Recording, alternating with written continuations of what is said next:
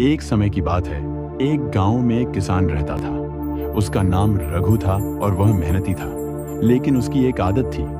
वह बहुत लालची और बेईमान था। उसकी जमीन उपजाऊ थी, लेकिन फिर भी वह दूसरों के खेत से चोरी छुपे अनाज निकाल लिया करता। गांव के लोग उसकी इस आदत से परेशान थे, लेकिन कोई उसके खिलाफ आवाज उठाने की हिम्मत नहीं करता। एक दिन गांव में एक नए जमींदार का आगमन हुआ। वह ईमानदार और न्यायप्रिय था। उसे रघु की बेईमानी के बारे में पता चला तो उसने गांव वालों को इकट्ठा किया और उन्हें समझाया कि कैसे बेईमानी किसी की भी तरक्की नहीं कर सकती। उसने रघु को भी समझाने की कोशिश की, लेकिन रघु ने उसकी बातों पर ध्यान नहीं दिया। कुछ समय बाद रघु के खेत में एक भयंकर बीमारी फैल गई और उसकी सारी फसल बर्बाद हो गई। तब उसे समझ आया कि दूसरों के साथ किया गया अन्याय कभी किसी को सच्ची खुशी या समृद्धि नहीं दे सकता। वह गांव वालों से माफी मांगने गया और वादा किया कि अब वह ईमानदारी से ही खेती करेगा। इस घटना के बाद रघु ने मेहनत और ईमानदारी का रास्ता अपनाया और उसका जीवन धीरे धीरे बेहतर होने लगा।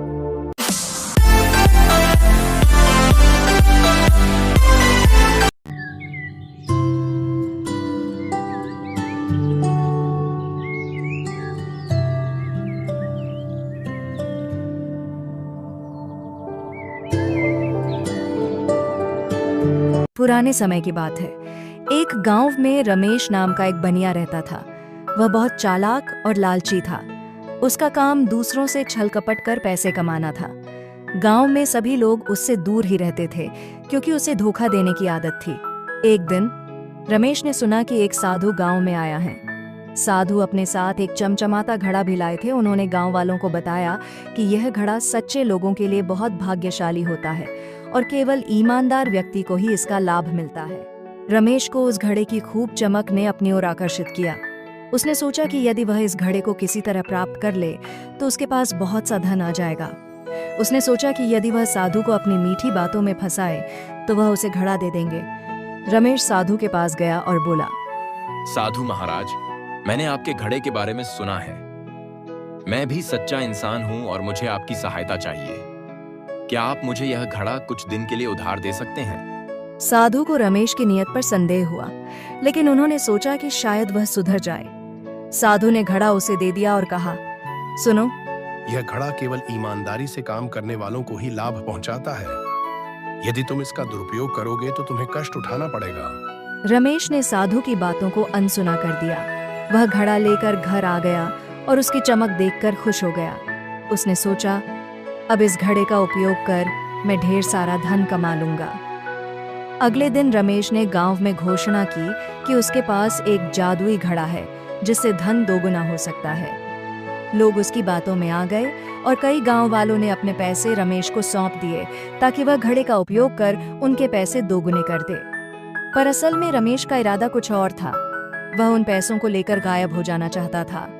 उसने सोचा, मैं इस घड़े को लेकर शहर चला जाऊंगा और वहां जाकर सबका पैसा हड़प कर दूंगा। कुछ ही दिनों में गांव वाले समझ गए कि रमेश उन्हें धोखा दे रहा है। उन्होंने रमेश से अपने पैसे लौटाने के लिए कहा, लेकिन वह बहाने बनाता रहा। जैसे जैसे लोगों का गुस्सा बढ़ता गया, वैसे वैसे रमेश घबरा गया। एक रात उसे सपना आया जिसमें साधु ने उसे चेतावनी दी कि यदि वह सच्चाई पर नहीं आएगा तो उसे गंभीर परिणाम भुगतने पड़ेंगे।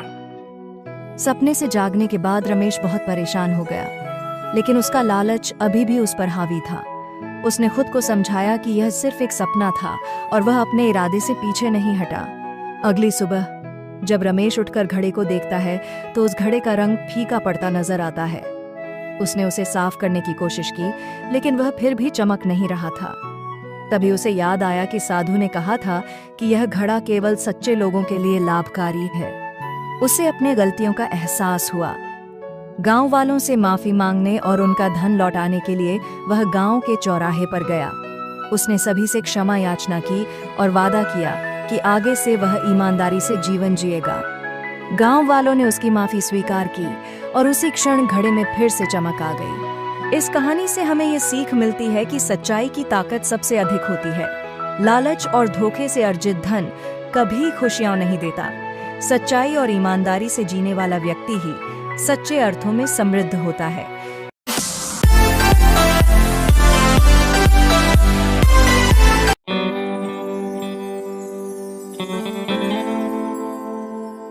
और करण बचपन के दोस्त थे।